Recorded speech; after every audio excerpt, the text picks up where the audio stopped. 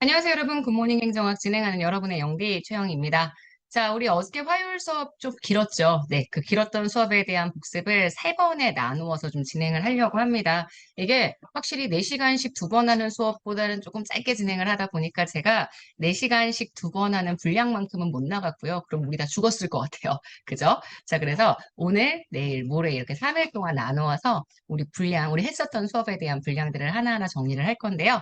일단 정책 네트워크 모형부터 시작을 좀 해보도록 하겠습니다. 아시겠지만 정책 네트워크 모형이 만들어진 제일 중요한 이유는요, 바로 요거예요. 그 전에 있었던 정책 결정 모형들이 너무 국가 중심이다, 사회 중심이다, 너무 이분법적인 논리를 강조했죠. 그래서 여기 골라봤어요. 너무 국가 중심의 접근법, 사회 중심의 접근법에 대한 이분법적 모델로서 설명을 하고 있기 때문에 이 이분법적 논리를 극복하기 위해서 그래서 빈칸을 여기다 한번 만들어 봤네요. 자, 그래서 여러분 지금 보시는 1번 선지 구성을 했고요.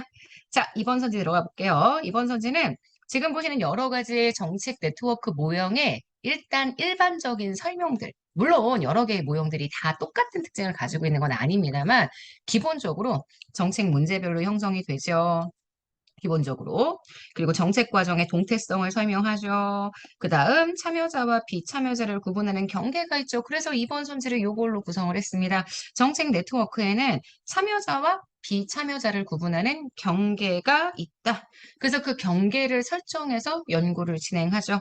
그것뿐만이 아니라 공식적, 비공식적 규칙, 참여자들 간의 자원의 조언 다 있습니다. 그래서 이 정책 네트워크 모형의 기본 특징 설명하고 그 다음 정책 네트워크 모형의 유형, 하위 정보 모형부터 하나하나 설명을 했죠. 사실 하위 정보 모형하면 여러분들이 대부분 여기를 기억하시잖아요. 근데 이거보다 저는 사실은 어디를 더욱더 중요하게 생각을 하냐면 주로 이 정책 네트워크 모형 중에 하위 정보 모형은 되게 안정적이고 자율적이다. 다 경제적인 이득 관계로 묶여 있습니다. 왜? 분배 정책을 같이 추진하거든요. 그래서 분배 정책이 지도자들이 관심을 많이 안 가지고 있기 때문에 헤쳐먹기 좋습니다. 그래서 분배 정책이 대중과 지도자의 관심이 크지 않고 따로 예산을 편성하지 않아도 일반적인 예산으로 운영이 되기 때문에 하위 정부가 지들끼리 완전 이득을 추구해서 활동하기 너무너무 좋다는 얘기가 나와 있죠. 그래서 분배 정책에 대한 요 내용, 요거 가지고 내용을 설명을 해봤어요. 그래서 3번에 분배 정책에서 형성되기 적합하다라고 얘기했던 요거 때문에 제가 분배 정책을 빈칸으로 넣어봤습니다. 자, 그에 비해서 이슈 네트워크.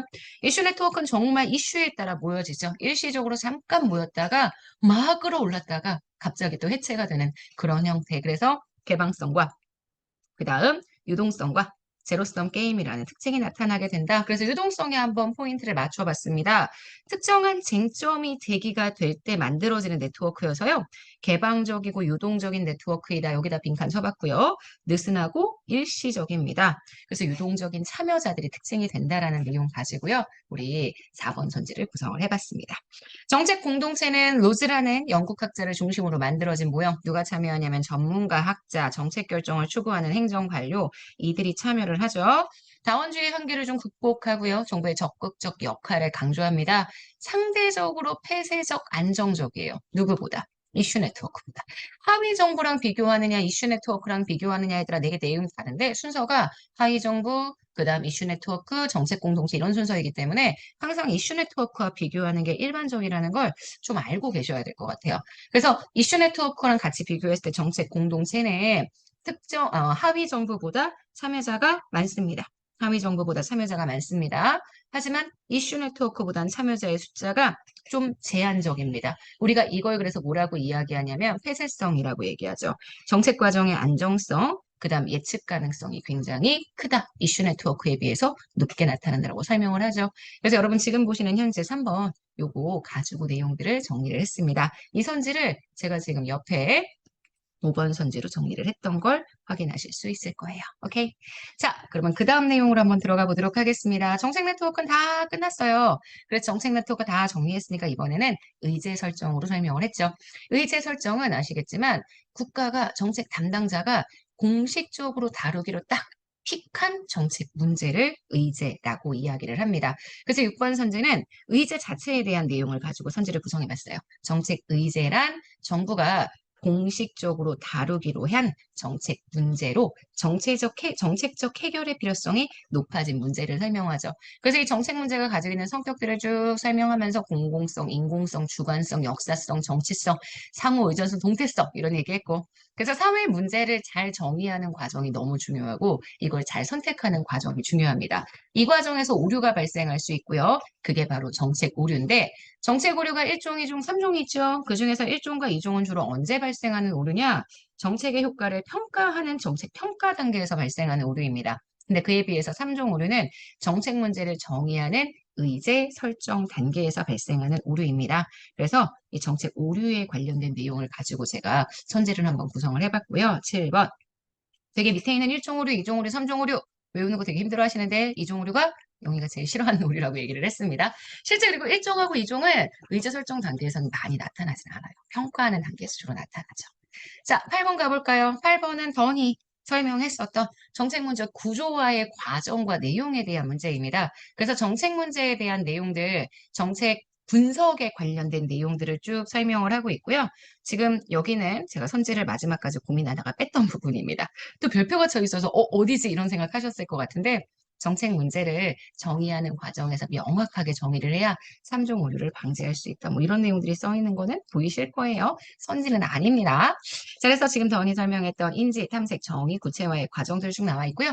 그 다음 문제가 그나마 조금 나오는 게 구조화 기법입니다. 여태까지 기출문제 2번 나왔는데 그중에서 계층 분석에 대한 내용으로 8번 선지 구성을 해봤어요. 문제를 유발시킨 원인을 차례차례 발견하기 위해서 인과 방법, 인과적인 기법을 통해서 문제를 야기한 근본 원인을 분석하고 파악합니다. 그래서 문제의 근본적 해결 방안을 모색합니다. 제가 요 계층 굉장히 강조했던 거 기억하시죠? 이 계층 분석의 사례를 잘 이해해 주셔야 우리가 정책 문제를 왜 구조화해야 하는지에 대한 논리적 당위성을 아실 수가 있을 것 같아요. 그래서 여러 개의 분석 기법들에 대한 이야기들을 쭉 설명을 했고요. 그 다음 의제 설정으로 들어왔습니다. 의제 설정 모형, 뭐 절차 되게 중요한데 그것보다 일단 첫 번째 정책의 의제 설정이 무엇인지를 다시 한번 생각하고 의제 설정에 영향을 미치는 이 영향 요인을 좀 분석해 보자고 이야기했어요. 그래서 굉장히 여러 가지 요인들이 정책 문제 성격부터 시작해서 정책 의제 설정에 영향을 주죠. 그래서 정책 문제의 성격이 어떠냐? 그 다음 페이지 넘어가시면 참여자는 어떠냐? 참여자 요인, 그 다음 정치적 환경 요인, 그 다음 정책의 특성 요인, 이런 여러 가지 것들이 정책 의제 설정에 영향을 끼친다라고 이야기를 해줄 수가 있는데 제가 선지로 구성한 건 지금 보시는 요거 바로 문제에 관련된 요인 7번입니다. 문제의 명확성, 이거 하나 골라봤어요. 사실 이게 중요하다기보다는 전체를 그냥 다 읽어보셔야 되는데 읽어보기 위한 목적으로 제가 내용을 구성했다고 보시면 됩니다. 문제가 만약에 되게 구체적입니다. 비용 부담자의 반발이 만약에 큽니다. 자, 이러면 의제화가 되기가 좀 어렵고요. 정부가 이해하기 좀 쉬운 문제.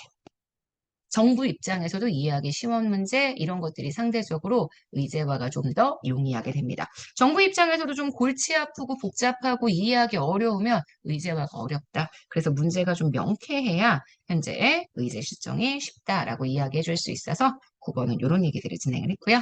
여러 개의 요인들은 반드시 한번 읽어서 내용 정리 꼭 해주셔야 합니다. 여러 요인들 쭉 설명을 하고 그 다음 페이지로 넘어갑니다.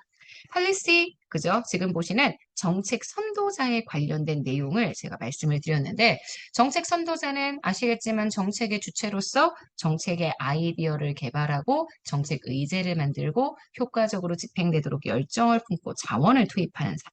그래서 정책 주체라는 단어로 제가 설명을 했습니다. 정부기관에도 있을 수 있지만 최고의사결정자는 아니고요. 이 최고의사결정자에게 영향을 행사할 수 있는 좀 외부적인 그러한 정책 주체들. 그래서 정치인도 될 수가 있고 그다음 뭐 오피니언 리더라고 표현하죠. 뭐 사회에서 굉장히 유명한 그런 인플루엔서들 또는 뭐 기자 이런 사람들이 정책 선도자의 역할을 할 수 있습니다. 요새는 유튜브 방송인들 같은 경우에도 정책 선도자의 역할을 해줄 수가 있죠. 자, 그래서 이 정책 선도자에 관련된 내용을 제가 10번으로 정리를 했습니다. 괜찮으시죠? 자, 그래서 정책 선도자에 대한 내용들 설명 쭉 하고요. 그 다음 정책 의제 설정 모형으로 내용을 들어갔습니다. 정책 의제 설정 모형, 콥과 에더의 모형이고요. 사회 문제 순서 보시면 사회적인 이슈, 그 다음 공중의제, 정부 의제 이런 것들을 나누고 있는 것들을 확인하실 수가 있고요. 제가 11번 선지로 고른 건 정부 의제입니다. 우리가 정부 의제를 다른 말로 뭐라고 얘기하냐면 정책 의제라고 표현하기도 하고 또는 공식적인 의제라고 표현하기도 하고 또는 제도적인 의제라고 표현하기도 합니다. 정부가 다음 페이지 보시면 나와 있지만 해결 의사를 명백하게 표현한 의제입니다. 그래서 해결 수단을 진지하게 고려하는 의제. 이걸 우리가 지금 보시는 요거 정책 의제라고 표현을 해주게 된다. 혹은 정부 의제라고 표현해주게 된다. 이렇게 보시면 되고요. 자, 그 다음 콕과 로스의 정책 의제 설정 모형 아시겠지만 외부 주도, 동원형, 내부 접근형 이렇게 세 가지로 나누었던 거 알고 계시고 세 개 다 굉장히 중요합니다. 그중에서 제가 이 허심한 선지 가지고 내용들을 골라봤어요. 허심한은 외부 주도형으로 형성된 정책 의제를 강요된 정책 문제라고 이야기했습니다. 그래서 요 선지 구성하면서 제가 여기 있는 요 내용 가지고요. 강요된 정책 문제라고 정리를 했죠. 자, 지금 보시는 그 다음 선지, 우리 13번 선지 내부 접근형에 대한 내용 다시 한번 지우고 읽어보도록 하겠습니다. 자, 이렇게 썼어요. 고위 관료에 의해서 비공개적으로 정부 의제화되는 경우도 있지만 정책 결정자에게 쉽게 접근할 수 있는 외부 집단에 의해서 주도되어서 사회 문제를 정부 의제화하는 경우도 있다. 경우가 있다. 이게 메이 모형과 좀 비슷하게 겹치는 내용입니다. 그래서 정책 결정자에게 쉽게 접근할 수 있는 외부 집단에 지금 존재 가능성이 있다. 요거 보시면서 내용들을 정리해 주셔야 될 것 같아요. 13번 이렇게 선지들을 구성했고요. 그 다음 뒤에 가시면 메이 모형 나오죠. 사실 메이 모형은 이 메이 모형 자체 여기에 있는 대중들의 관여 정도 정책 의제 설정의 주도자, 높다, 낮다, 민간, 국가 이거 말로 이해하시는 거 너무 중요합니다. 제가 수업 시간에 되게 자세하게 설명을 드렸어요. 그래서 메이 모형의 가장 핵심 바로 구치기형입니다. 높은 대중 지지를 기반으로 해서 국가가 의제 설정을 주도하는 모형. 그래서 제가 빈칸에 그냥 여기 이름에다가 썼어요. 구치기형이다 라고 이야기를 합니다. 자, 그래서 정책 의제 설정 과정과 모형에 대한 얘기고요. 자, 이번에는 정책 의제 설정이 어떻게 이루어지느냐 이론입니다. 가장 대표적인 이론이 바로 킹던의 정책 흐름 창 모형이죠. 정책 흐름 모형. 킹덤 모형은 사실 쓰레기통 모형까지 완벽하게 이해가 되어야 좀 쉽게 정리가 될 수 있는데 쓰레기통 모형은 곧 볼 거니까 좀만 기다려 주세요. 자, 정책 흐름 모형에서 정책 의제 설정을 하고 싶다. 의제 설정이 이루어졌으면 좋겠다. 그러면 세 가지 요소가 필요하죠. 지금 보시는 문제, 그 다음 정책, 그 다음 정치 세 가지의 흐름 요소가 필요한데 이들은 상호 독립적으로 움직이게 됩니다. 그래서 결합되기가 쉽지 않습니다. 그러다 우연한 기회에 결합이 되면 정책의 창이 열린다. 그때 의제 설정이 가능하다. 이렇게 설명하는 모형이죠. 사실 지금 보시는 이 의제 설정 모형은 정책 흐름 모형만 있는 게 아니라 그 외에 기타 모형들도 쭉 있습니다. 포자 모형, 다운스의 이슈 관심 주기 모형, 동영화 모형. 자, 근데 기출에서 나왔던 건 사실은 사이먼의 의사결정론. 사이먼은 늘 일관적이에요. 인간의 합리성은 제한적이다. 인지 능력에 한계가 있다. 그래서 모든 사회 문제를 다 다루는 건 현실적으로 이 능력이 부족하다. 이렇게 얘기를 하죠. 자, 그 다음 체제론.